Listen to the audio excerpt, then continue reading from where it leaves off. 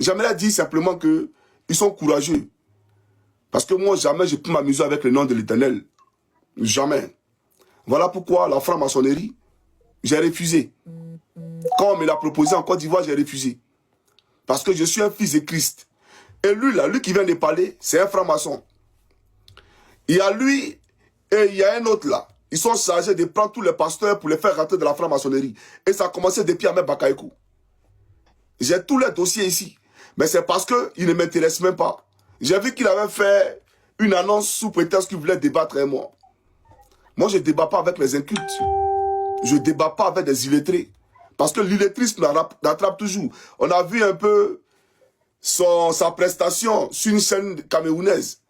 J'ai regardé puis j'ai dit waouh. On peut être inculte jusqu'à ce point-là. Il pense que ça le fait de vociférer, gueuler, venir raconter des insanités là. C'est ça qui fait de lui quelqu'un qui est important. Tu n'es rien. Tu n'es rien du tout devant moi. Le cerveau que j'ai, tu ne l'as pas.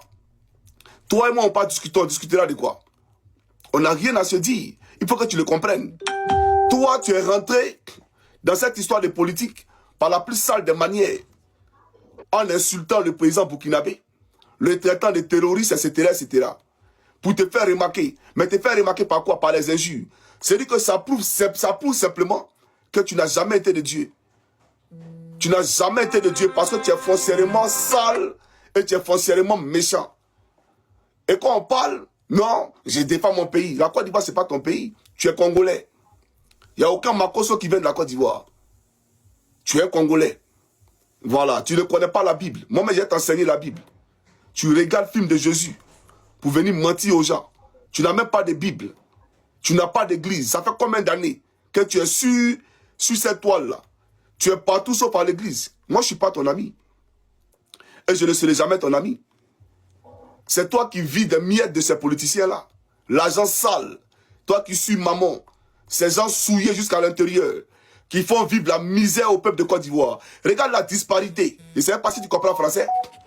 Entre la classe prolétaire et la classe bourgeoise. Aujourd'hui, même pour s'offrir ne serait-ce qu'un repas en Côte d'Ivoire, dans un restaurant qu'ils appellent restaurant de luxe, mais c'est le salaire de quelqu'un qui habite à Yopougon.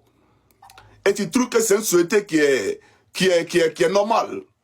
Tu trouves que c'est normal parce qu'on te donne des miettes et tu roules une vieille Range Rover que tu es incapable de changer. Tu payes son camarade. Moi, je ne suis pas ton ami. Hein.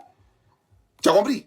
Moi, je ne suis pas quelqu'un qui vient dire aux gens, ouais, faites quête et puis mentir sur le nom de l'Éternel.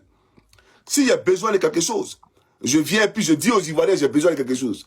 Ce n'est pas un mal de demander. Le Seigneur lui-même a dit,